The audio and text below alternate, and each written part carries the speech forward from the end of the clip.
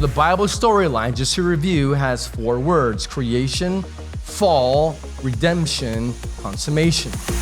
So creation, we've seen this already in the series, that God's purpose is to display His glory through His creation.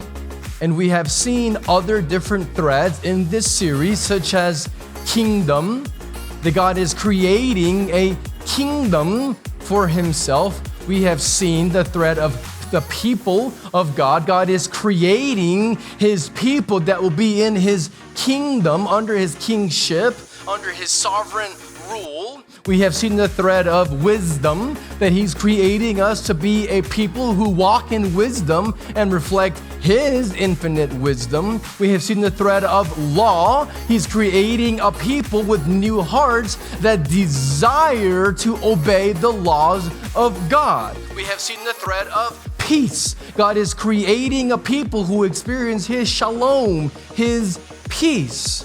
We've seen the presence of God. He's creating a people that will live in and enjoy His presence. He will dwell, He will live with us. And so all these different biblical threads that we've looked at, all of these are showing that God has a plan in creation, the display of His glory through a people that treasure Him. So creation, but then second, we see fall. The Bible describes that there's the fall, that we are totally depraved. That means the totality of who we are desires sin.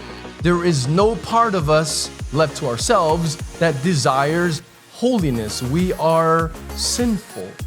And so we look at the fall, and we saw how the Bible explains why there's sin, why there's disease, and why there's death because of the fall, and that we are cursed and condemned. There's creation, fall, and then there's redemption.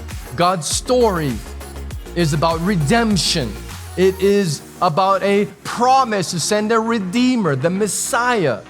And we saw this in the series on mercy, that thread, that this Messiah brings us mercy, undeserved favor, that He Himself took our sin on the cross in order to recreate us back to creation into a kingdom of priests who live in the presence of God.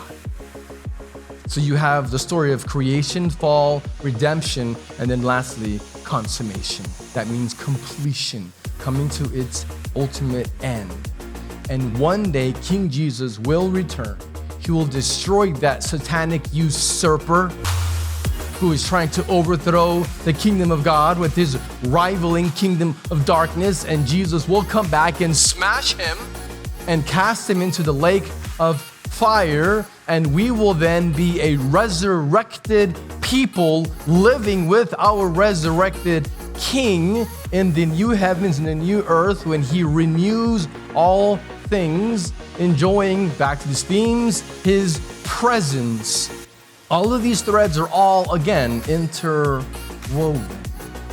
And so Genesis to Revelation is about the renewal of all things.